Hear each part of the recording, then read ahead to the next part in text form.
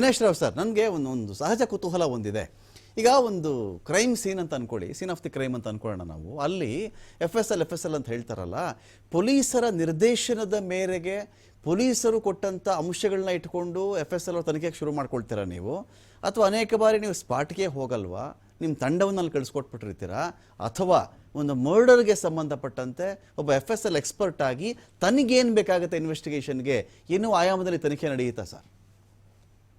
ರಮಾಕಾಂತ್, ನನಗೆ ನಮ್ಮ ದೇಶಕ್ಕಿಂತ ಹೊರದೇಶದ ಅನುಭವ ಜಾಸ್ತಿ ಹೇಳಲಿಕ್ಕೆ ಇಷ್ಟಪಡ್ತೀನಿ ಈ ಪ್ರಶ್ನೆಗೆ.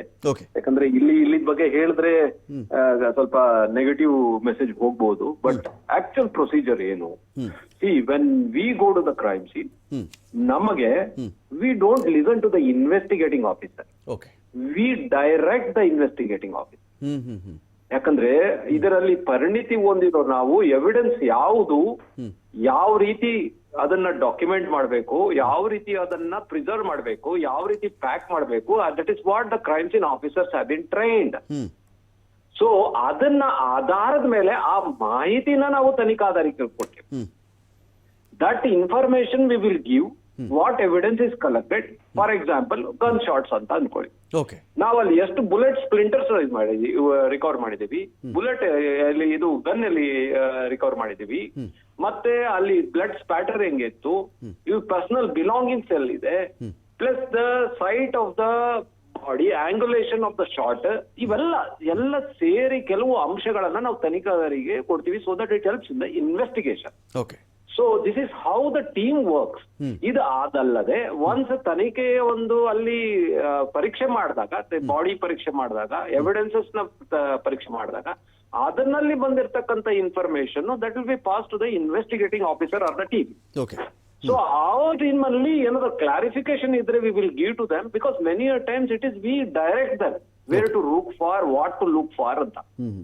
So this is how the team has to work.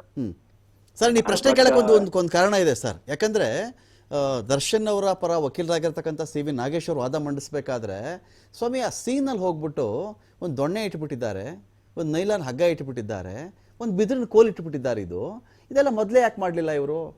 ಮೊದಲೇ ಯಾಕೆ ಅದನ್ನು ಸೀಸ್ ಮಾಡಿರಲಿಲ್ಲ? 4 ದಿನ ಬೇಕಿತ್ತ ಅಂತ ಕೇಳಿದಾಗ, ಸಪೋಸ್ ನಾನೊಂದು ಅಸಂಪ್ಷನಲ್ಲಿ ಹೇಳ್ತಾ ಇದ್ದೀನಿ, ದಿನೇಶ್ ರಾವ್ ಅವರ ಮುಂದೆ ಈ ನೈಲಾನ್ ಹಗ್ಗ, ಯಾವುದೋ ಅದೊಂದು ಮರದ ಕೊಂಬೆ ಮತ್ತೊಂದು ಬಿದಿರು ಕೋಲು, ಅವ್ರು ಏನು ವಾದ ಮಾಡಕ್ಕೆ ಹೋಗ್ತಿದ್ದಾರೆ ಅಂದರೆ, ನನ್ನ ಕಕ್ಷಿದಾರ ಇದನ್ನು ಮಾಡಿಲ್ಲ, ಅದನ್ನೆಲ್ಲ ಒಂಥರ ಫ್ಯಾಬ್ರಿಕೇಟೆಡ್ ಆಗಿ ಇಟ್ಬಿಟ್ಟಿದ್ದಾರೆ, ಹಿಂದೆ ಮ್ಯಾಜಿಕ್ ಶೋ ಬರ್ತಾ ಇತ್ತು, ಒಂದು ಬುಟ್ಟಿ ಒಳಗಡೆ ಒಂದು ಚೆಂಡು ಹಾಕಿದ್ರೆ ಮೊಲದ ಮರಿ ಆಚೆ ಬಂದ್ಬಿಡ್ತಾ ಇತ್ತು, ನೀವು ನೋಡಿರ್ತೀರಿ ಇಂಥ ಮ್ಯಾಜಿಕ್ ಶೋಗಳನ್ನು. ಇವರಲ್ಲಿ ಚಪ್ಪಲಿ ಅಂತ ಹೇಳಿದ್ರೆ ಅಲ್ಲೋಗಿ ಶೂ ಎತ್ಕೊಂಡ್ಬಂದಿದ್ದಾರೆ. ಆ ಮರದ ಕೊಂಬೆ, ಆ ಪೊಲೀಸ್ ಲಾಠಿ, ಆ ನೈಲಾನ್ ಹಗ್ಗ, ಒಂದು ವೇಳೆ ನೈಲಾನ್ ಹಗ್ಗ ಬಳಸಿದ್ರೆ ತುಂಬ ಸ್ಟ್ರ್ಯಾಂಗಲ್ ಮಾಡಿದ್ದಾರೆ, ಅವನ್ನ ಕುತ್ತಿಗೆ ಬಿಗಿದುಬಿಟ್ಟು ಸಾಯಿಸ್ಬಿಟ್ಟಿದ್ದಾರೆ ಅಂತಾದರೂ ಇರಬೇಕಾಗಿತ್ತು. ಬಟ್ ಪೋಸ್ಟ್ ಮಾರ್ಟಮ್ ರಿಪೋರ್ಟ್ ಬೇರೆ ಕಥೆ ಹೇಳುತ್ತೆ, ತುಂಬ ಬ್ಲೀಡ್ ಆಯಿತು, ಆ ಬ್ಲೀಡ್ ಆದಂಥ ಆಘಾತದಿಂದ ಅವ್ನು ಮೃತಪಟ್ಟ ಅಂತ ಹೇಳಿ. ಸೊ ಈ ಸ್ಟ್ರ್ಯಾಂಗಲ್ ಅಂತ ಕ್ವಶನೇ ಬರಲ್ಲ, ಹಗ್ಗ ಮುಗಿದು ಹೋಗ್ಬಿಡುತ್ತೆ.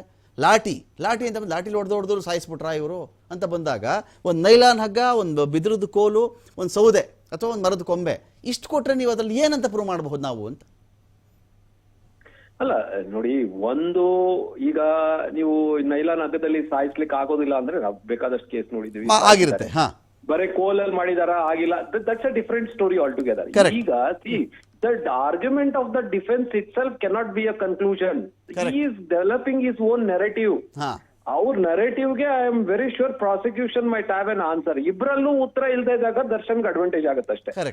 ಸೊ ಒಂದಂತೂ ನಿಜ, ಈಗ ಇನ್ಕನ್ಸಿಸ್ಟೆನ್ಸೀಸು ಮತ್ತೆ ಡಿಸ್ಕ್ರಿಪೆನ್ಸೀಸ್ ಯಾವಾಗ ಬರುತ್ತೆ, the very smart argument from the defence is fabrication ಅಂತ ಹೇಳ್ಬೋದು.